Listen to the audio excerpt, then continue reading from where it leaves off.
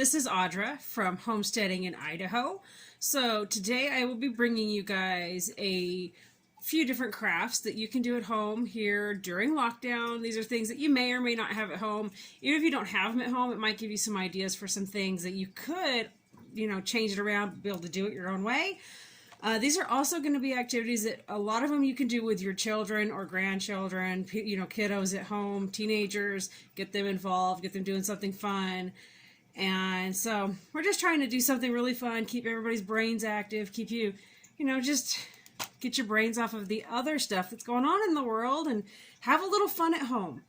I want to thank Tina from Striving for the Simple Life. She is the wonderful lady that organized this, put it together, put the word out, and got the other channels and myself involved. So total, there are 7 of us that are doing videos for this collaboration. But I definitely want to say thank you so much, Tina, for organizing this. I love the forethought you had on getting this going for Earth Day 2020. So if you haven't met Tina, you all have got to get over to her channel. Like, Tina is one of the most amazing ladies ever. So go check out Tina, Striving for the Simple Life. Tell her I sent you, say hey. And we're going to get started with some really fun crafts. Or at least, I think they're kind of fun. This craft that I'm going to be showing you guys is actually going to be a fairy house. My youngest kiddo has really gotten into gardening this year. He's got a real serious green thumb. And right now he doesn't know I'm doing this, but I'm going to surprise him with one. And then later I've already got some stuff so that he can make his own. But so the kiddos here, our school districts are amazing. And they're still supplying the kiddos with lunch. And so I've got this. I cleaned it out. We've got some bark, sticks of various sizes, little rocks and some big rocks, and then hot glue gun. And the glue I'm using is the Gorilla Glue. It seems to work pretty well at holding things together. I'm not anticipating this, honestly, to stick together that great if he decides to put it in his garden. If he decides to put it on the shelf in here where we have our houseplants, it would hold together. But glue does relax at temperatures like above 80 degrees, 85 degrees. And, but whatever it is, it is. It's just something fun. This is just something fun that I can do. And then I can do it with him later and he can do it. So we are going to get started. The very first thing I'm going to do is glue this right here back shut so that it's glued together very nice and tight. See if my glue is warm enough yet. See, I'm impatient. Like, come on, glue. I've got things to do. I want to play. Here we go. Okay. So get that glue squeezed in there.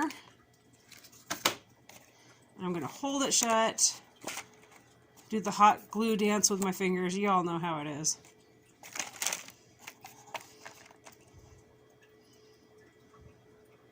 Just hold it together until it's glued and holding.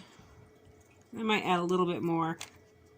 Yeah, I'll probably add just a little bit right there. I have these bark pieces right here that I thought I would kind of use as the roof, kind of like shingles. Kind of put them on there.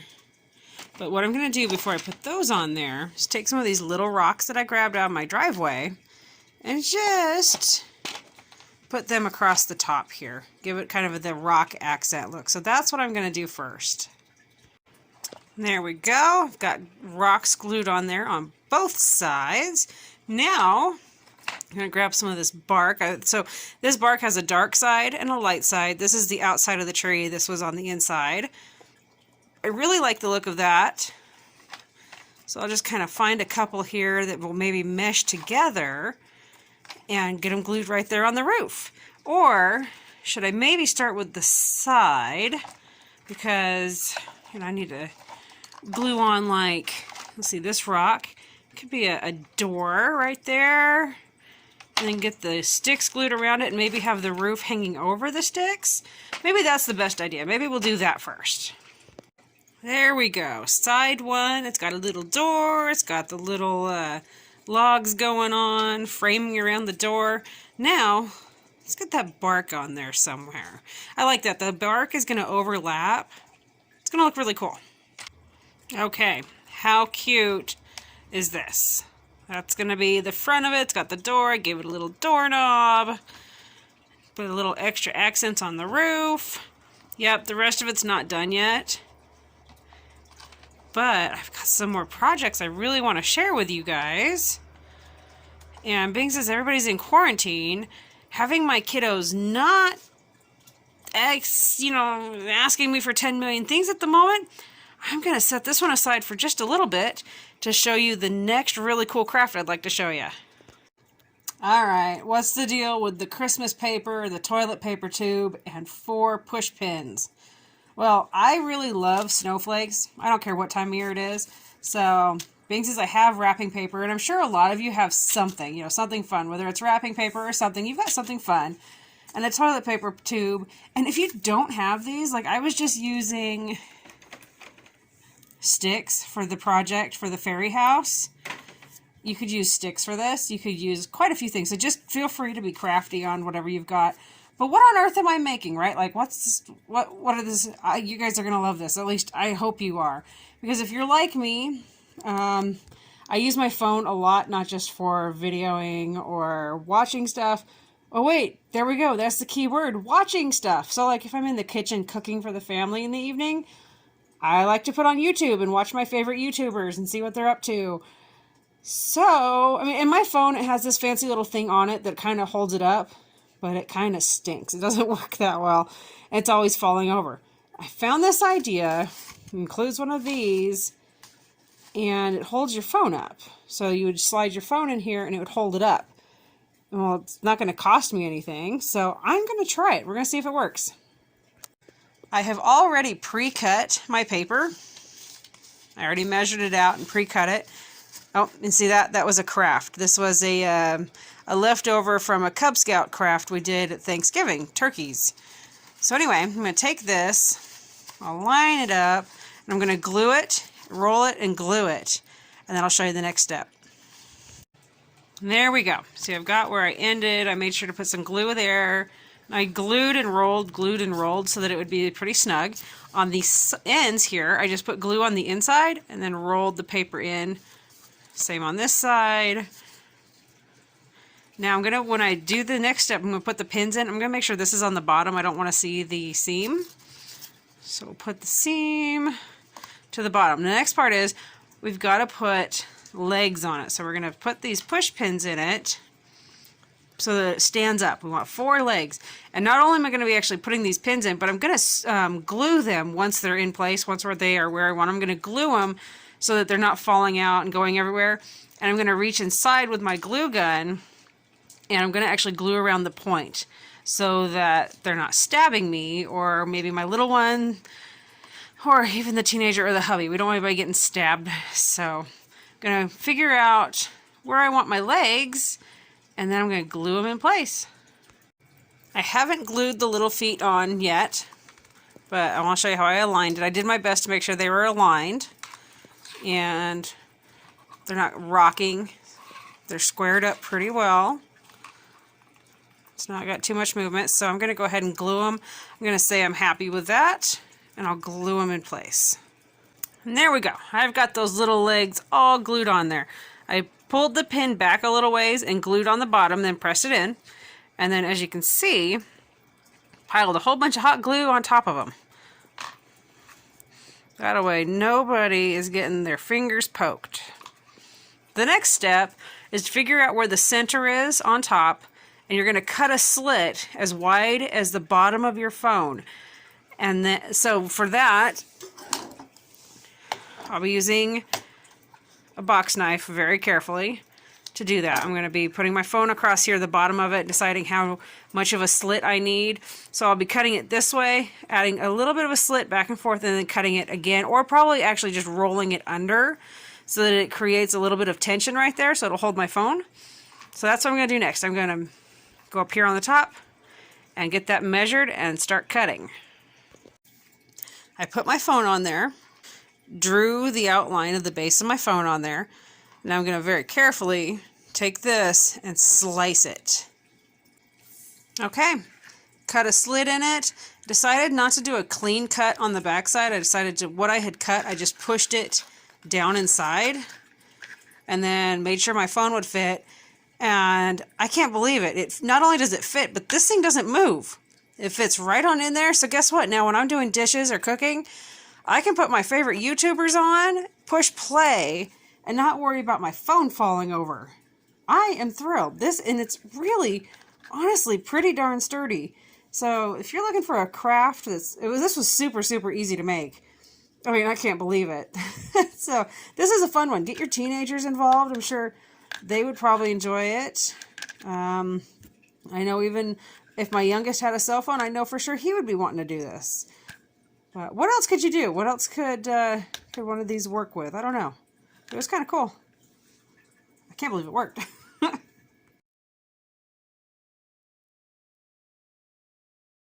This craft is pretty straightforward. It involves a soda can and a box knife.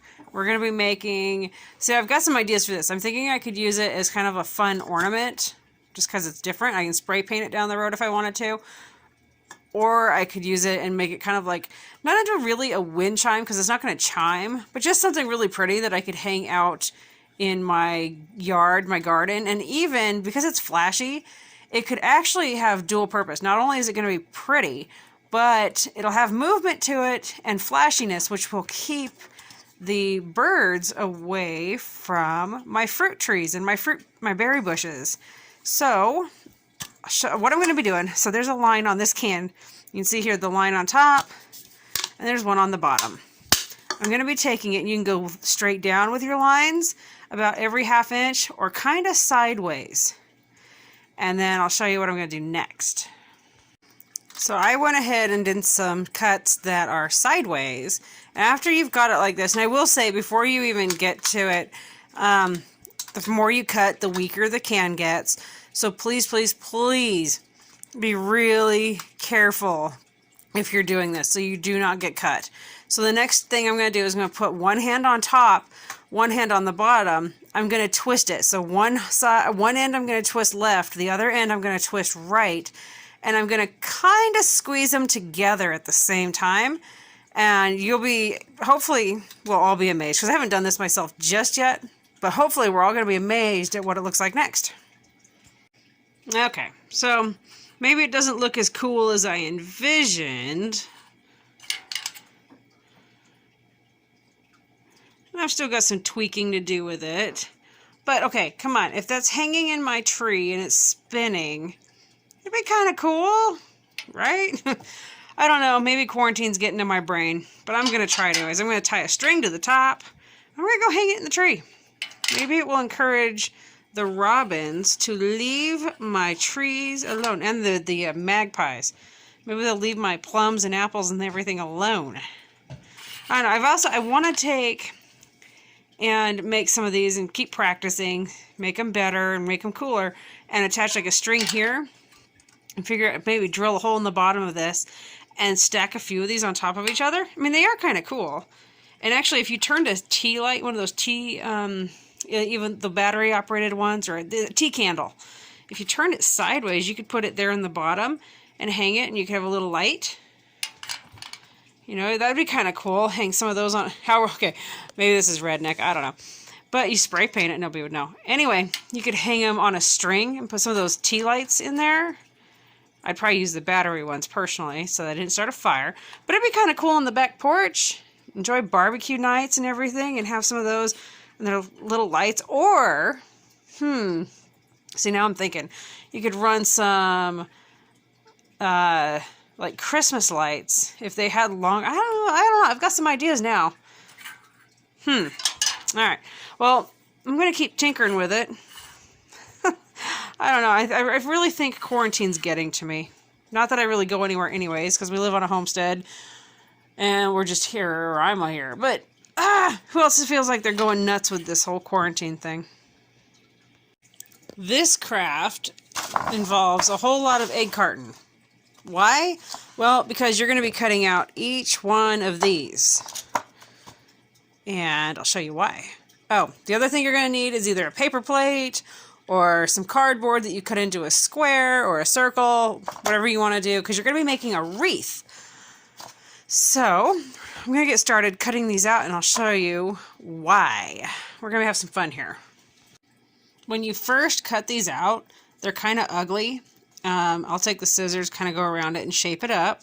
So then this one, I shaped it up and then I cut it so there's 4 petals. So that one could be something like a poppy.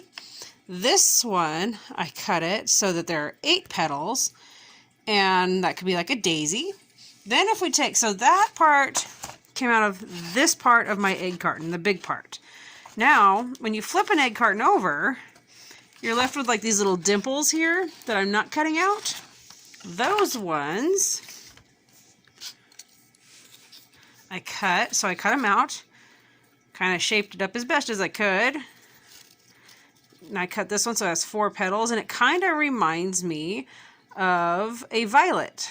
So it gives you some different options for flowers. It could even be like a trumpet type flower. You've got different options here.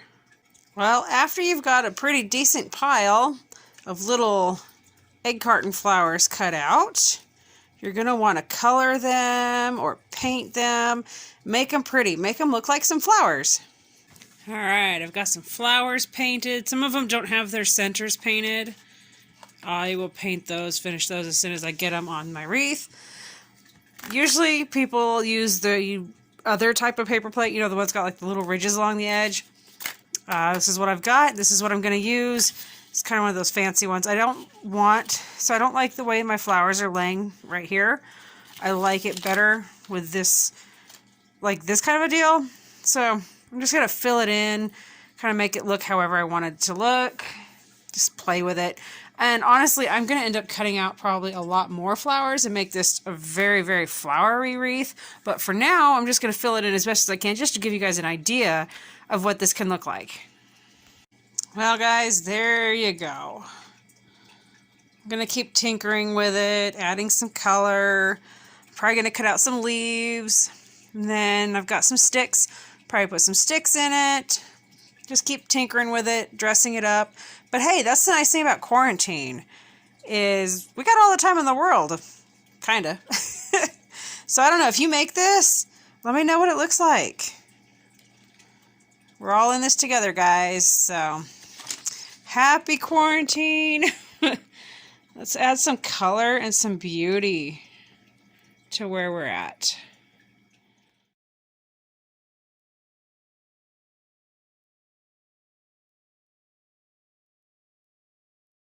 So John, tell them about your project.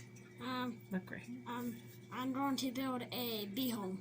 Yeah, John is going to build a bee home, and not necessarily for bumblebee, well, the big bumblebees, and but maybe not honeybees because they like a hive, but it's for carpenter bees and mason bees and the big bumblebees. So we are going to go gather all the stuff we need and take you guys along with us and see if this is something that maybe you guys can do at your house and help the bees at your house this spring, summer, and fall so that they have a place to stay.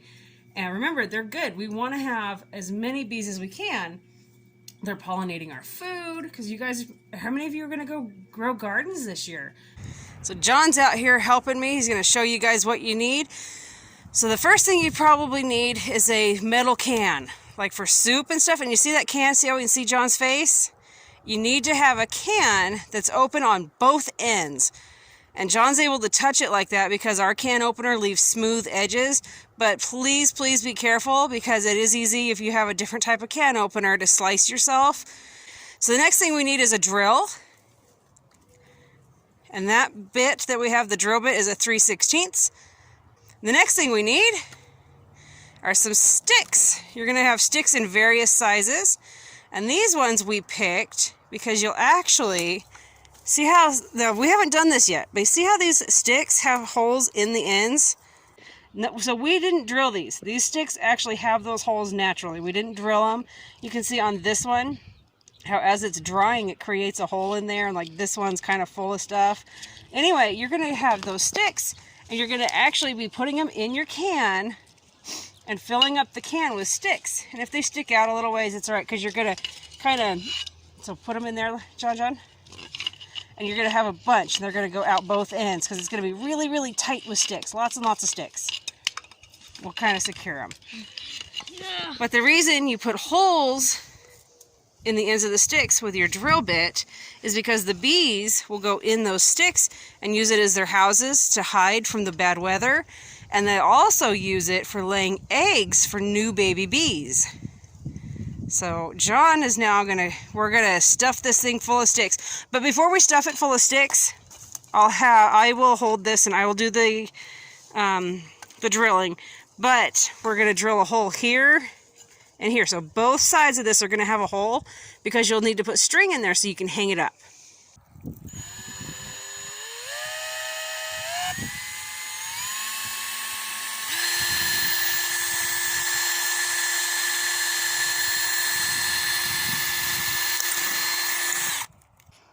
And if you look, John has got sticks in here that are thick that we can drill, and then some of them aren't thick, but they're going to help hold the other sticks in place.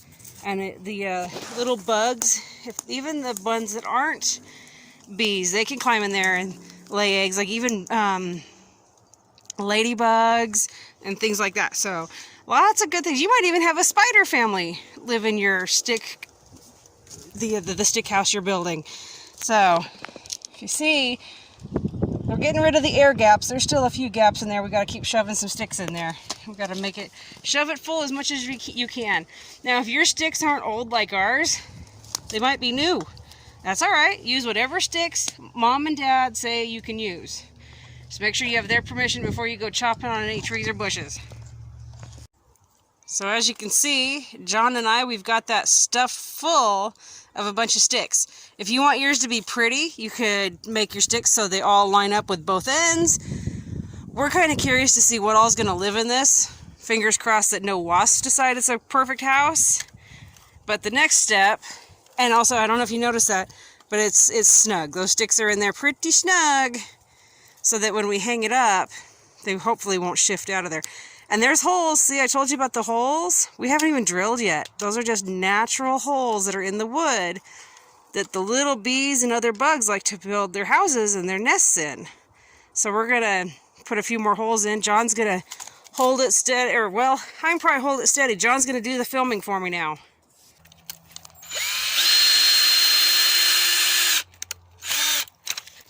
After you have your bee house the way you want it, you're going to put some string in there so you can make yourself a way to have it held up. So John's going to fit that through there, and he's going to do a knot just like that. And he's going to go do the same on the other side. Now see how it's got a handle? All right, John, where are we going to hang that? Oh, in his flower garden.